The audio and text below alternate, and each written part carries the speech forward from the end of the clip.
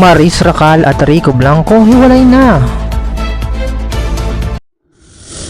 Like a Hellcat.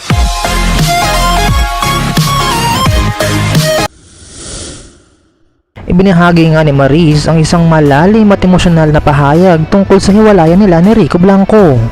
Sa isang pampublikong interview, binunyag ni Maris ang kanilang paghihiwalay. Sa kanyang mariing pahayag, sinabi ni Maris, "Rico and I are over. It's fresh. It's been a few weeks. Loneliest and emptiest weeks I've ever experienced in my life." Ang kanyang mga salita ay nagbibigay diin sa kanyang proseso ng pagtanggap matapos ang kanilang paghihiwalay. Ang balitang ito ay nagdulot ng pagkabahala at pag-aalala sa kanilang mga tagahanga at sumusuporta sa kanilang relasyon. Ang pagiging bukas at tapat ni Maris sa kanilang paghihiwalay ay nagpapakita ng kanilang respeto at pagpapahalaga sa isa't isa sa kabila ng mga pagsubok na kanilang pinagdadaanan.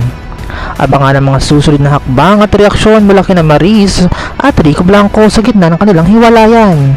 Kayo, ano ang masabi nyo sa balitang ito? For more videos, just don't forget to like, share, and comment, and don't forget to subscribe!